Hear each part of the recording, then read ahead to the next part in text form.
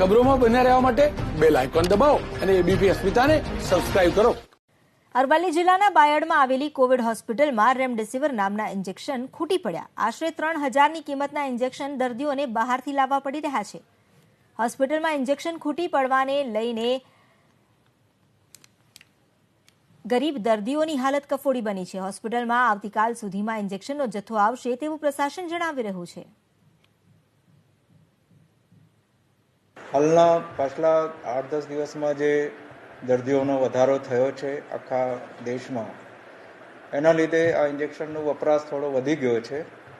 તેથી જથ્થો પૂરો થયો છે. એના માટે અમે માંગણી પણ કરેલી હતી. એ જથ્થો અમને મંજૂર થઈ ગયો છે અને કાલ સુધીમાં સપ્લાય થઈ જશે અને દર્દીઓને પાછા ઇન્જેક્શન મળતા થઈ જશે. હાલના